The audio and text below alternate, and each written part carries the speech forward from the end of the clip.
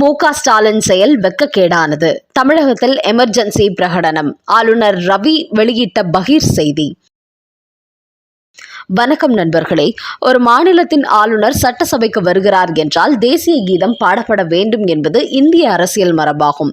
1970களிலிருந்து இந்தியாவில் உள்ள அனைத்து மாநில சட்டசபைகளிலும் இது கடைபிடிக்கப்பட்டு வருகிறது. ஆனால் நேற்று தமிழக அரசோ தமிழ்தாய் வாழ்த்தினை மட்டும் பாட வைத்துவிட்டு தேசிய கீதத்தை பாடாமல் விட்டுவிட்டார்கள். இதன் காரணமாகவே ஆளுநர் ரவி சட்டசபையிலிருந்து வெளிநடப்பு செய்தார். அதையடுத்து திமுக வழக்கம் போல ஆளுநர் எங்களை அவமதித்து விட்டார், அவருக்கு எதிராக நாங்கள் போராட்டம் நடத்தப் போகிறோம் என்று கூறி வருகிறார்கள். முக்கியமாக யார் அந்த சார் என்கிற விவகாரம் தமிழக அரசியலில் விஸ்வரூபம் எடுத்திருப்பதால் அந்த விவகாரத்திலிருந்து ஊடகங்களை திசை திருப்ப வேண்டும் என்பதற்காகவே திட்டமிட்டு இதை திமுக செய்துள்ளது. அப்படி இல்லை என்றால் ஆளுநர் சொன்னதற்காக தேசிய கீதத்தை போட்டிருப்பார்களே. அவர் சபாநாயகரிடத்தில் சொல்லி சபாநாயகர் இந்த விஷயத்தை மு.க. ஸ்டாலினிடத்தில் சொன்னதற்கு அவர் மறுத்து விட்டாராம். அப்படி என்றால் இதை வைத்து ஒரு அரசியல் செய்ய வேண்டும், ஒரு பரபரப்பை ஏற்படுத்த வேண்டும். அண்ணா பல்கலைக்கழக வன்கொடுமை விவகாரத்திலிருந்து ஊடகங்களை வேறு பக்கம் திசை திருப்ப வேண்டும் என்று மு.க. ஸ்டாலின் திட்டமிட்டு இந்த அரசியல் ஸ்டண்டை செய்திருக்கிறார். இந்த நேரத்தில் சட்டசபையில் தன்னை மு.க. ஸ்டாலின் அவமதித்து விட்டதாக வெளிநடப்பு செய்த தமிழக ஆளுநர் ரவி தனது எக்ஸ் பக்கத்தில் ஒரு பதிவு வெளியிட்டுள்ளார். அதில் தமிழக அரசின் இந்த செயல்பாடு அவசர நிலை காலத்தை நினைவூட்டுகிறது. தமிழ்நாட்டு மக்கள் சட்டப்பேரவையில் உண்மையான நடவடிக்கைகள், அங்குள்ள பிரதிநிதிகளின் நடத்தை ஆகியவற்றை அறிவதிலிருந்து விலக்கப்பட்டுள்ளார்கள். அதற்கு பதிலாக மாநில அரசின் வெட்டப்பட்ட காட்சிகள் மட்டுமே மக்களுக்கு காண்பிக்கப்பட்டுள்ளது. அதாவது எப்பொழுதுமே சட்டசபையில் நடக்கும் நிகழ்ச்சிகளை மக்களுக்கு நேரலையில் காட்டுவார்கள். ஆனால் இன்றைய தினம் அந்த நேரலையை திமுகவினர் கட் பண்ணிவிட்டார்கள். அதன் பிறகு தங்களுக்கு தேவையான விஷயங்களை மட்டும் வைத்து மற்ற விஷயங்களை கத்தரித்து எரிந்துவிட்டு ஒளிபரப்பு செய்துள்ளார்கள். இதைதான் ஆளுநர் மாநில அரசின் வெட்டப்பட்ட காட்சிகள் மட்டும் ஒளிபரப்பு செய்யப்பட்டிருப்பதாக தெரிவித்திருக்கிறார். மேலும் தேசிய கீதத்தை புறக்கணித்ததன் மூலம் இந்திய அரசியலமைப்பு மட்டுமின்றி பத்திரிகை சுதந்திரமும் பறிக்கப்பட்டு இருக்கிறது. இது ஒரு வெட்கக்கேடான செயலாகும். இந்திய ஜனநாயகத்திற்கு நல்லதல்ல என்று ஆளுநர் ரவி அந்த பதிவில் தெரிவித்திருக்கிறார். அதோடு இப்படி தேசிய கீதத்தை தமிழ்நாடு அரசு புறக்கணித்து விட்ட செய்தியை ஆளுநர் மாளிகை உடனடியாக ஜனாதிபதி மாளிகைக்கு ஒரு அவசர கடிதமாக அனுப்பியுள்ளார்களாம். குறிப்பாக தமிழ்நாட்டில் சட்டம் ஒழுங்கு மட்டுமின்றி ஜனநாயகமும் கேள்விக்குறியாக இருக்கிறது.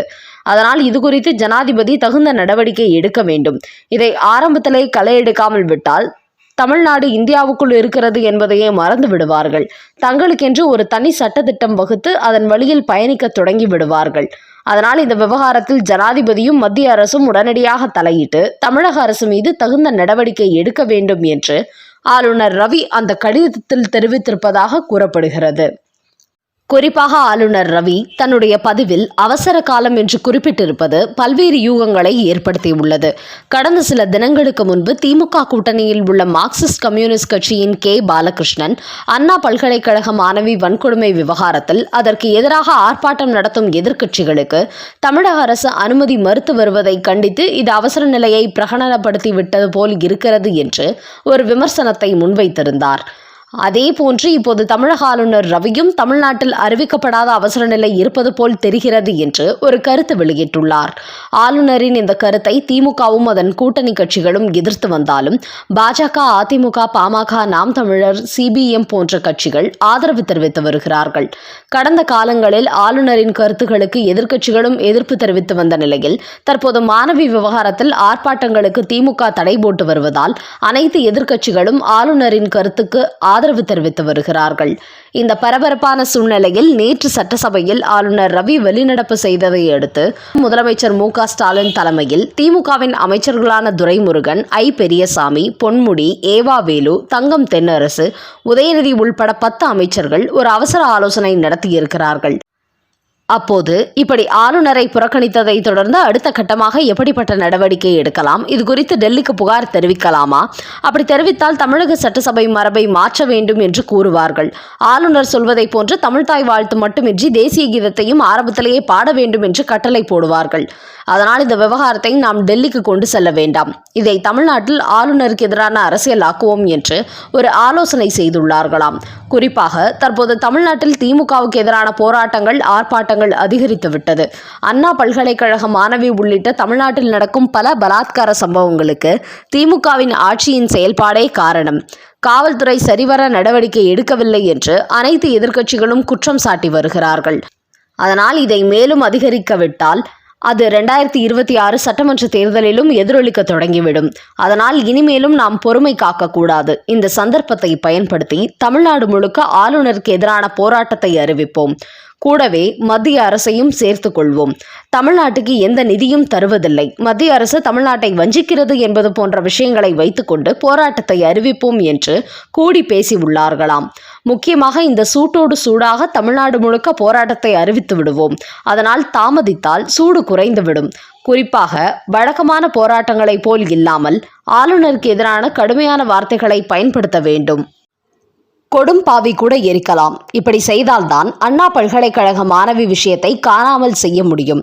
அடுத்தபடியாக ஆளுநருக்கு எதிரான போராட்டத்தில் ஊடகங்கள் பெரிய அளவில் கவனம் செலுத்த தொடங்கிவிட்டால் மாணவி விவகாரம் மாயமாகிவிடும். அதோடு பழைய செய்தி ஆகிவிடும். அந்த அளவுக்கு ஆளுநருக்கு எதிரான இந்த ஆர்ப்பாட்டத்தை பரபரப்பாக நடத்த வேண்டும். குறிப்பாக ஆளுநர் ரவி தமிழ்தாய் வாழ்த்தை அவமதிக்கிறார். தேசிய கீதத்தை தான் பெருமைப்படுத்த நினைக்கிறார். அவர் தமிழ்நாட்டுக்கு எதிராகவும் தமிழ் மொழிக்கு எதிராக இருப்பதாகவும் சித்தரித்து அவருக்கு மிகப்பெரிய எதிர்ப்புகளை உருவாக்க வேண்டும் என்றும் மு.க. ஸ்டாலின் தலைமையில் நேற்று கோட்டையில் நடந்த ஆலோசனையில் முடிவெடுக்கப்பட்டுள்ளதாம். அதையடுத்து அவசரகதியில் திமுகவின் ஒவ்வொரு மாவட்ட செயலாளர்களையும் வீடியோ கான்பரன்ஸ் மூலம் தொடர்பு கொண்டு ஆளுநருக்கு எதிரான ஆர்ப்பாட்டத்தை உடனடியாக நடத்துமாறு ஆணை பிறப்பிக்கப்பட்டுள்ளதாம். அந்த வகையில் அண்ணா பல்கலைக்கழக மாணவி விவகாரத்தை திசை திருப்புவதற்கு சரியான காரணம் இல்லாமல் தவித்து வந்த திமுகவுக்கு நேற்று ஆளுநர் சட்டசபையில் செய்த வெளிநடப்பு சம்பவம் மிகப்பெரிய ஆயுதமாக கிடைத்துவிட்டது. என்றாலும் இந்த விவகாரத்தில் அடுத்தபடியாக அதிமுக, பாஜக, பாமக போன்ற எதிர்க்கட்சிகள் எப்படிப்பட்ட நடவடிக்கையை எடுக்கப் போகிறார்கள்? திமுகவின் இந்த ஆளுநருக்கு எதிரான ஆர்ப்பாட்டத்தை முறியடித்து மாணவி விவகாரத்தை எந்த அளவுக்கு அடுத்த கட்டத்துக்கு எடுத்துச் செல்ல போகிறார்கள் என்பதை பொறுத்திருந்து பார்ப்போம். நண்பர்களே, அண்ணா பல்கலைக்கழக மாணவி விவகாரத்தை திசை திருப்ப சரியான விஷயம் கிடைக்காமல் தடுமாறி வந்த மு.க. ஸ்டாலின் நேற்று ஆளுநர் சட்டசபையில் தேசிய கீதம் பாடப்படாததால் வெளிநடப்பு செய்த விவகாரத்தை அதற்கான ஆயுதமாக கையில் எடுத்திருப்பது குறித்து திமுக ஆட்சியில் தமிழ்நாட்டில் எமர்ஜென்சி பிரகடனம் செய்திருப்பது போன்ற நிலை உருவாகி இருப்பதாக மார்க்சிஸ்ட் கம்யூனிஸ்ட் கட்சியின் கே. பாலகிருஷ்ணன் சொன்ன அதே கருத்தை முன்மொழிந்து ஆளுநர் ரவி ஜனாதிபதிக்கு புகார் கடிதம் எழுதியிருப்பது குறித்த உங்களோட கருத்துக்களை கமெண்ட் பாக்ஸில் பதிவிடவும். நன்றி, வணக்கம்.